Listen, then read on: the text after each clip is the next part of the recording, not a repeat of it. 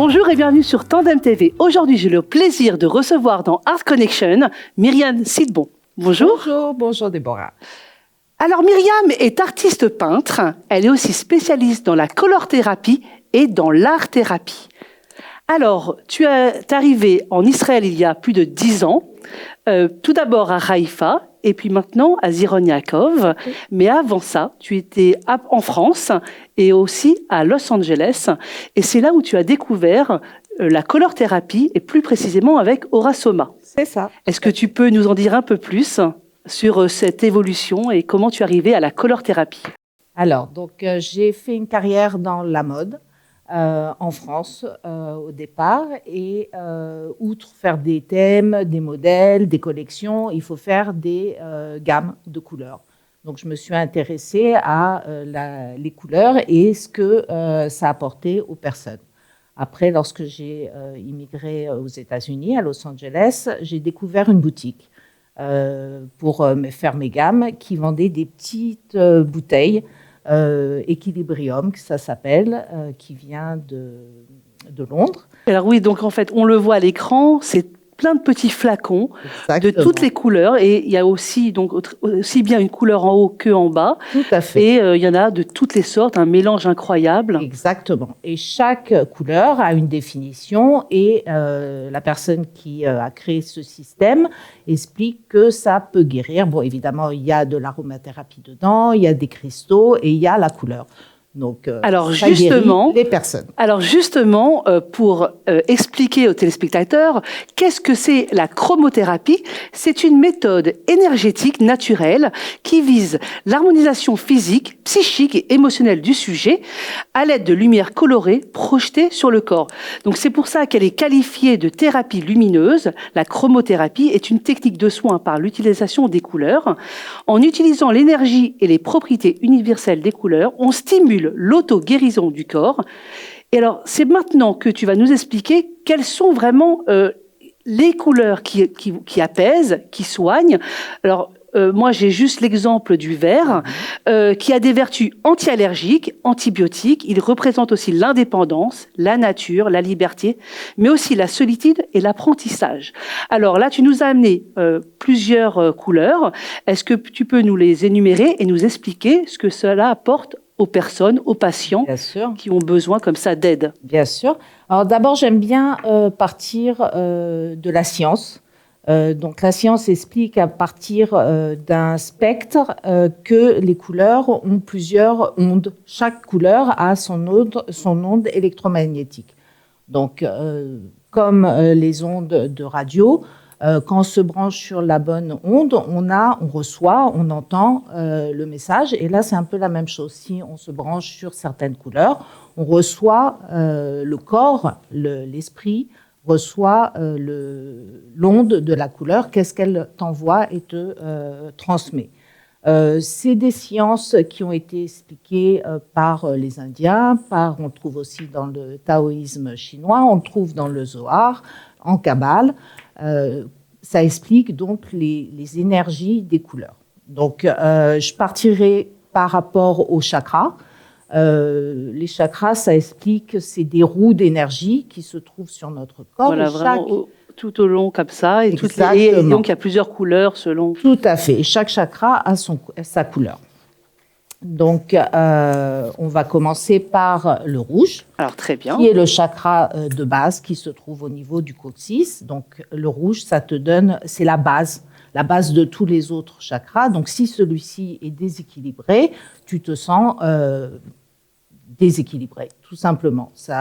Tout ton être, t'as certains problèmes caractéristiques à ce chakra. Donc, certaines couleurs, et en particulier le rouge, va pouvoir rééquilibrer, te donner de l'énergie, puisque la base du chakra, c'est le rouge. Donc et alors, ce qui est rigolo, c'est que selon le Feng Shui, le rouge, exactement, en fait, c'est la couleur rouge dans une chambre de parents.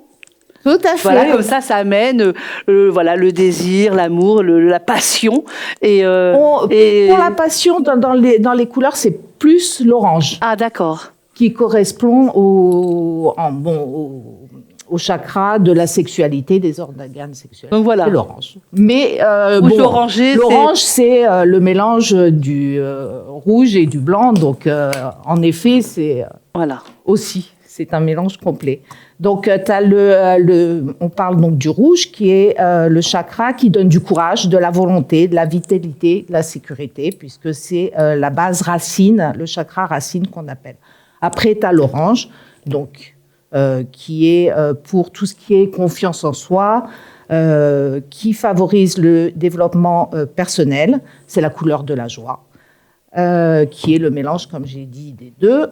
Après, tu as le jaune, qui correspond au plexus solaire, donc on monte, qui se trouve à ce niveau-là, qui est la couleur de la confiance en soi, de la joie, du soleil.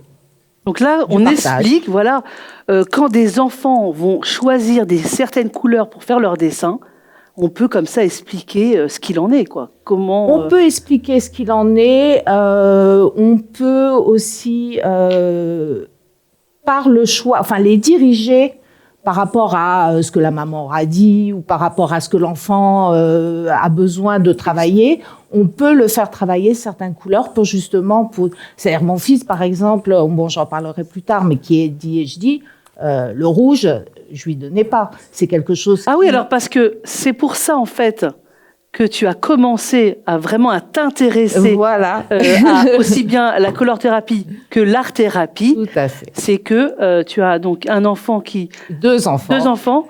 À Los Angeles, quand j'étais à Los Angeles, ça fait beaucoup d'années maintenant, mais ils étaient petits et ils ont été diagnostiqués ADHD. Alors, qui est Qu'est-ce que ça veut dire ? Attention déficit disorder. Donc, c'est des enfants, maintenant, c'est très commun, on en parle beaucoup. Donc, c'est quoi ? C'est hyperactif ? Hyperactif, donc, voilà, pour les gens qui parlent français, c'est des enfants hyperactifs. Il y en a beaucoup en Israël. Énormément.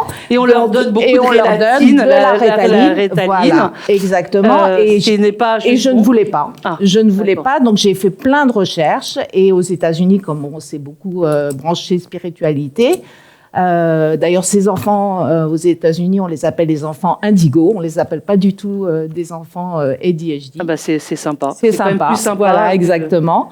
Donc, il y a eu l'art-thérapie et la color-thérapie qui me sont apparus comme traitement de ce. Et ça a été concluant. Est-ce que ça a été vraiment une révélation pour aider ? Un de mes enfants, j'ai baissé les bras parce que je ne savais pas ce que je savais pour le deuxième, donc j'ai voulu donner, on m'a pas forcé parce qu'à l'école, les écoles te forcent pas, mais te poussent tellement que à un moment donné, on craque. Voilà, tu craques. Donc j'ai donné la Ritaline à l'aîné, mais en effet pour le deuxième, j'avais plus de technique, plus d'expérience. C'est ça. Je suis retournée à l'université, j'ai pris des cours sur l'art et sur le développement. Et ça l'a aidé. Et il a pu suivre un curriculum scolaire très concluant. C'est un artiste aussi. Voilà, donc, les chiens ne font pas des chats. Ma maman est artiste aussi. Donc oui, c'est concluant. Ah, très bien. C'était concluant. C'est concluant. Et je vois tous les c'est agréable et c'est un soulagement de savoir qu'on a trouvé dans l'art une solution pour aider les personnes. Oui. Et une solution, en fait, naturelle et que ça fait du bien à la personne. Exactement. C'est un soulagement, aussi bien pour la personne qui donne les leçons, pour les parents et surtout pour les enfants qu'on voit, en fait, s'ouvrir, s'épanouir et être relax. Parce que c'est ça, le plus important, c'est qu'on voit son enfant souffrir et pas être bien, c'est terrible. Donc là, d'avoir trouvé ça, je trouve que c'est génial. Vraiment, moi, je suis pas du tout, je ne connaissais pas bien l'art-thérapie, la chromothérapie, mais c'est vrai que c'est maintenant une mode. Tout à fait. Et ça marche. Et que au lieu de donner comme ça des médicaments lourds je dis pas qu'il faut pas en donner. Non, bien sûr. Voilà, non, mais pour certaines personnes ça marche, pour d'autres, si on peut essayer. Faut voir le degré. Voilà, puis si on peut essayer des techniques plus naturelles, tout à fait, plus douces. Mais il faut avoir la patience. Ouais. Faut avoir la patience. C'est vrai que ça prend plus de temps. une thérapie, je dirais, familiale. C'est pas que l'enfant, c'est souvent aussi avec la maman qu'on fait de l'art. Et puis en même temps, en même temps, c'est génial parce qu'on passe du temps avec l'enfant. Exactement. Et alors c'est vraiment un one-to-one avec l'enfant que peut-être tu n'aurais pas passé. Tout à fait. C'est ça qui est extraordinaire, c'est que là, on nous impose, ça nous a imposé, mais au bout du compte, ça fait du bien aux deux personnes. Exactement, parce qu'on découvre. Je veux dire, l'art, ça te fait, c'est la découverte de ton enfant intérieur. Donc pour les adultes, c'est merveilleux parce que c'est quelqu'un qu'on a enfoui. Et bon, pour les enfants, les parents découvrent quelque chose, un langage différent qu'ils ne connaissent pas. Et puis cette relation est extraordinaire parce qu'il y a déjà la relation parent-enfant, mais après, voilà, ça grandit, il y a une évolution incroyable, et puis l'enfant apprécie que le parent passe du temps en plus. Exactement. Et ça va vraiment une connexion supplémentaire qui est extraordinaire. Tout à fait. Donc moi, je trouve ça génial, vraiment. Et alors, qu'est-ce qu'il y a d'autre comme couleur parce que chaque fois, on montre en même temps tes beaux tableaux en fonction des couleurs. Donc là, qu'est-ce que tu as? Donc là, le bleu. Le bleu, je sais que tu es une fan du bleu, quand on a parlé ensemble. Et c'est marrant parce que le bleu, c'est le chakra de la gorge, c'est la communication. Donc ça te va très bien. Donc on en avait discuté. C'est le chakra de l'équilibre, de l'éveil. Du calme. Voilà. Ça me va. Alors, il y a aussi quelque chose, assez amusant. Le bleu, c'est la couleur qui est le plus... Mais c'est vrai que le bleu, c'est apaisant parce que c'est équilibré. Parce que quand on voit, on se relaxe devant la mer. On se relaxe comme ça quand on voit un ciel bleu. C'est très apaisant. Exactement. Mais c'est la couleur qui est le plus aimée au monde. Ah oui. Voilà. C'est la couleur qui est le plus utilisée dans toutes les identités visuelles dans le marketing. Il est très calmant. Et en Australie, ils ont découvert, il y a 30 ans, que la lumière bleue peut guérir les nouveau-nés qui ont la jaunisse. Et aujourd'hui, c'est ce qu'on fait quand un bébé a la jaunisse. On le met sous les lampes bleues. Donc vraiment pour montrer qu'il y a les ondes, il y a les couleurs, ça marche. Bien sûr. Voilà. Alors, qu'est-ce qu'il y a d'autre comme couleur? Après, après tu as le chakra du troisième œil, qui est un bleu beaucoup plus foncé, un bleu indigo. Ça aide à ouvrir tous nos esprits supérieurs. Donc, généralement, c'est la clairvoyance, la clairaudience. Ça permet de nous faire confiance à la petite voix intérieure et être plus à l'écoute de nos émotions personnelles. Donc, c'est bien de l'utiliser.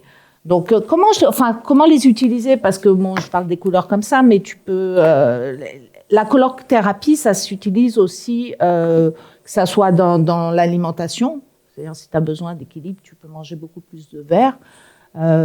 Tu peux mettre des couleurs, mais aussi l'utiliser donc en peinture. Moi, j'aime bien, quand je travaille avec les gens, c'est faire les mélanges. C'est-à-dire arriver à une couleur en la créant. Pas en allant le rose, faire une petite recette de la petite cuisine exactement. Et dans le Zohar, c'est très très marrant parce que quand il parle d'une couleur, il parle tout le temps de mélange. Et alors je suis là avec mon livre sacré et je suis avec mes petits pinceaux et mes bols et j'essaye de comprendre qu'est-ce que ça va faire. Et on arrive à la couleur violette, qui est le chakra de la couronne. Et qui est, d'après le Zohar, qui correspond à le Yud-Keh-Vav-Keh, à Dieu, à la royauté, et qui est le mélange entre le rouge, le vert et le blanc. Voilà. Et puis le blanc, bien sûr, qui est la pureté. Vraiment la couleur. Exactement, et qui le blanc, c'est marrant parce que par rapport aux électromagnétiques, et puis on connaît la lumière, c'est blanc. Après, elle se sépare en couleurs. C'est-à-dire que nous, on voit de la couleur parce que le blanc est réfléchi sur de la matière dure, mais c'est blanc normalement. C'est-à-dire, c'est pas... Voilà, c'est la réflexion d'un monde spirituel qui arrive dans notre monde physique et qui est représenté par les couleurs. Donc voilà, donc c'est mystérieux, c'est incroyable et d'utiliser, de le comprendre. C'est un langage. Comme il y a les notes de musique, il y a les 7 notes de musique, il y a les 7 couleurs. Donc voilà, on peut développer jusqu'à demain, mais j'espère que les auditeurs aimeront et l'utiliseront. Il n'y a pas besoin de recettes, quoi. C'est pas... Bien sûr, on peut faire des études, mais c'est facile. De toute façon, il faut aimer, il faut se lancer, Voilà. et puis il faut faire toujours avec plaisir. Et puis il faut regarder ce bon. Et puis il faut essayer. Par rapport au... Voilà, exactement. Pas se tromper parce que faut essayer. C'est pas grave, c'est pas très joli au début, hop, on remet un petit coup de blanc, on repasse, c'est pas grave. Il n'y a pas d'erreur dans un tableau. Non, c'est ça qui est bien dans l'art et dans l'art-thérapie, c'est qu'il n'y a pas de jugement. Et c'est pour ça que les enfants, ils aiment, et que les adultes aussi, parce qu'il n'y a personne pour critiquer. Je veux dire, un tableau de Picasso, come on. Non, mais c'est sûr. De toute façon, c'est l'évolution qu'on recherche. Et c'est toujours, quoi qu'il arrive, l'évolution est positive. Donc, oui, puis la découverte de cet enfant. Il y a une citation de Pablo Picasso que j'adore qui dit « Tous les enfants sont des artistes. Le problème, c'est de rester artiste une fois qu'on est adulte. » Et c'est ça, quoi. De pas rester, de pas s'enfermer comme ça dans le quotidien. Oui, puis c'est ça, l'art-thérapie, c'est ça, c'est de retrouver cet enfant qui est en nous, là, le ressortir et le comprendre. Et le comprendre, ça va débloquer des blocages qu'on a créés par des pensées limitantes, par des erreurs qu'on a faites, par ce que nous disaient nos parents, enfin par tellement de choses qui nous bloquent, ou par des actions qu'on a faites, ou peu importe. Donc l'art-thérapie, c'est... Lâcher prise. Lâcher prise, exactement. Voilà. C'est ça. Alors, comment es-tu passé donc de la color-thérapie à l'art-thérapie? Donc, c'est vraiment grâce à tes enfants? Ben voilà, j'ai découvert ça parce que je cherchais des réponses, je cherchais des solutions. Et puis, l'art-thérapie est venue à moi. Alors, j'ai donné la définition de la color-thérapie. Je vous donne à présent la définition de l'art-thérapie, qui est une méthode utilisant des modes d'expression artistique, alors art plastique en général, peinture, dessin, sculpture, mais aussi que ça soit la musique ou la danse à des fins psychothérapeutiques. Donc, pourquoi en fait comment tu vas nous expliquer comment se déroule une séance, parce que tu aides d'autres personnes que tu as des enfants, et donc comment ça se passe? Alors, c'est plutôt des adultes, des enfants que tu aides? Les deux. Vraiment, il n'y a pas d'âge. Bon, par exemple, en EHPAD, c'est très commun d'avoir des cours d'art-thérapie. Donc, ça va vraiment de l'enfant à l'adulte. Pour l'art-thérapie, je voudrais aussi expliquer qu'en fin de compte, dans ce livre, qui est la Bible, que j'adore, de Julia Cameron, « Libérez votre créativité », elle parle et elle explique que notre cerveau gauche, donc c'est l'hémisphère qui est très catégorique. Il pense selon un schéma clair et linéaire. Donc c'est blanc, c'est noir, c'est les esprits mathématiciens, très pragmatique. Ok, c'est celui qui va critiquer tout le temps, qui va te dire c'est pas bien, fais pas ci, fais pas ça, fais-le bien, fais-le comme ça, etc. Donc c'est celui que tu entends comme ça. Le côté droit, c'est le côté artistique. C'est celui qui va s'épanouir, se partir dans... Oui. Voilà, s'évader. Qui voit les choses, tu lui dis un bateau, il va voir l'eau, il va voir les vagues, il va voir des promeneurs, il va voir en grand. Voilà, imagination. Donc, imagination. Donc en fin de compte, l'art-thérapie, ça, c'est une gymnastique. C'est une gymnastique entre le côté gauche et le côté droit de ton cerveau que tu fais travailler pendant la séance. Donc, pour les enfants, évidemment, c'est ce qui va sûrement les aider, je pense, c'est ce qui les aide dans ce côté ADHD, puisque ça recentralise et ça permet de faire travailler les deux ensemble. Alors, maintenant, pour comment se déroule une séance, Il y a plusieurs techniques. Bon, évidemment, au départ, c'est déjà comprendre la problématique, pourquoi on vient me voir. Donc, bon, c'est assez rapide puisque c'est de l'art. Hein, on n'est pas chez une psychologue, mais c'est très ludique quand même. Alors, c'est eux qui vont choisir s'ils préfèrent la peinture ou plutôt des crayons, des feutres. Comment ça se passe? Oui, généralement, tout est sur la table. J'aime bien quand même donner des directives. Je trouve que c'est plus... Mais alors quoi, ils vont commencer à faire un dessin qu'ils ont choisi? Il y a des techniques, hein. Il y a plusieurs techniques. Donc, j'en parle avec la personne. Il y a, par exemple, une personne qui va pas lâcher prise. Je vais la jeter sur un canvas. Je vais lui donner des peintures et je vais la mettre à faire des peintures intuitives. Donc, ça va être l'opposé de ce qu'elle aime faire, si elle veut bien. Mais justement, pour que cet esprit qui va lui dire je peux pas faire ça, non, je vais pas le faire, non, je sais pas le faire, non. Voilà. Donc, on va se... Mais on sent que la personne se fait violence. Non, c'est... Parce qu'au début, peut-être que la personne n'ose pas et qu'elle dit, allez, je vais le faire, ou c'est vraiment très facile et la personne se lâche. Non, tu as des personnes qui sont pas artistiques et là où cet hémisphère gauche est très fort, va dire, mais bon, qu'est-ce que je fais là? L'art, c'est pas pour moi, j'y connais pas, je suis pas bon, donc... on va pouvoir parler, mais il y a toujours, de toute façon, il va toujours y avoir quelque chose. Il y en a qui préfèrent les mots. Donc, l'art-thérapie, on peut partir sur des poèmes. D'ailleurs, bon, j'ai fait des peintures qui vont avec des poèmes, donc on pourra... Oui, c'est vrai qu'on peut très bien cumuler. Il y a énormément d'artistes qui écrivent des mots, des phrases, des lettres. Exactement. Donc, on peut prendre des journaux, déchirer des mots. Mais généralement, je demande à la personne de venir soit avec une citation qu'elle aime, soit avec quelque chose qu'elle a envie de travailler. Par exemple, moi, à un moment donné, je lisais un livre sur le moment présent, here and now. J'ai fait un tableau here and now, mais je l'ai pas fait du jour au lendemain. Je veux dire, au départ, c'était du collage. Après, j'ai mis de la peinture. Après, j'ai fait un pochoir. Après, j'ai découvert le mot. Oui, donc, c'est une évolution de la création pour arriver à la fin vraiment à quelque chose qu'on apprécie et qu'on a digéré. Tout à fait. Mais ce qui est intéressant de voir, c'est le processus. Et je crois que ce que les gens aiment dans l'art-thérapie, c'est qu'ils vont d'une idée qui est vraiment complètement abstraite, à moins qu'ils veulent refaire une reproduction de quelque chose. Et encore là, ça sera jamais à 100%, mais ça sera donc par rapport à leur ressenti. Mais c'est tout le processus pour arriver à une finalité. Et il y a une finalité. Il y a quelque chose qui sera fait, qu'on aime pas, peu importe.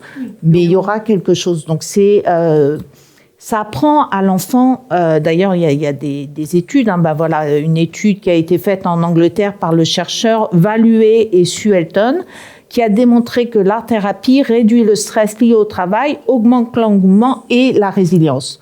Donc, c'est ce processus qui apprend. On tombe, on se relève, on tombe, on se relève. On n'aime pas, comme tu dis, le rouge. On met du blanc et on met une autre couleur. On n'aime pas, on met un collage. On n'aime pas, on jette et on prend un autre canvas. Je veux dire, l'art, il y a tellement de possibilités. De toute façon, il faut continuer parce que si on n'aime pas trop, il faut changer. Et puis, voilà, comme j'ai dit tout à l'heure, c'est une évolution et il faut que la personne garde le plaisir avec lui et avec elle et que ça soit vraiment un lâcher prise et un bonheur à réaliser. Tout à fait. Tout à fait. Et puis bon, il y a la satisfaction de réaliser quelque chose à la fin. De réaliser, exactement. Il y a des gens qui viennent pas pour de l'art-thérapie, mais pour réaliser un tableau. Je veux dire, ils ont une idée, ils veulent y arriver, ils n'y arrivent pas tout seuls, donc c'est pour un support aussi. Oui. C'est pas seulement, c'est juste de l'art en général, quoi. Il y a pas la thérapie après. Bon, après, il y a le travail inconscient qui se fait quand ils le font, parce qu'ils découvrent des choses. Je veux dire, même moi, dans certains tableaux, il y a une technique dans l'art-thérapie qui a la zectangola, c'est qu'on fait un rectangle, on fait des doodles dedans, enfin des dessins, et après on recolorie à l'intérieur. Et justement, quand après en avoir fait 10, puis j'ai fait une série, après avoir fait les 10, je me suis rendu compte qu'aucun des tableaux n'avait de blanc dedans. Ah. C'était intéressant quand même. Donc, alors que moi, mes tableaux, je fais des graffitis avec des mots, avec beaucoup de mots, avec des brarottes, et je finis toujours mes tableaux avec un jeté de blanc dessus. Pour vraiment finir avec la pureté sur mes tableaux, parce que c'est des mots positifs, et je veux vraiment cette touche finale. Que moi j'ai remarqué, je voulais tout contrôler, et que c'était une période justement où je laissais pas la place à Dieu, à la spiritualité, à Dieu, à la lumière, peu importe comment on l'appelle, au blanc, je laissais pas de place du tout. Alors juste, où est-ce qu'on peut trouver tes belles œuvres, et si des personnes seraient intéressées pour participer à des sessions d'art-thérapie, où est-ce qu'on peut te trouver? Alors maintenant, à Zichron Yaakov, j'ai mon atelier, donc je fais des sessions. Je fais aussi des sessions en Zoom depuis le Covid, donc c'est venu à la mode et ça se fait très bien.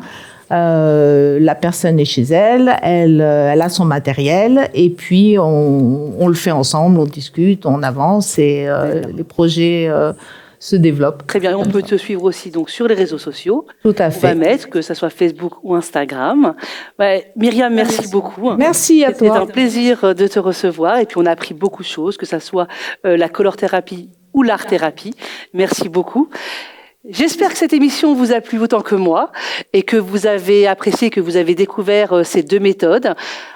J'espère vous retrouver le mois prochain avec un autre artiste, d'autres méthodes. Et en attendant, restez sur Tandem. Myriam, merci beaucoup. Au revoir. De rien. Au revoir.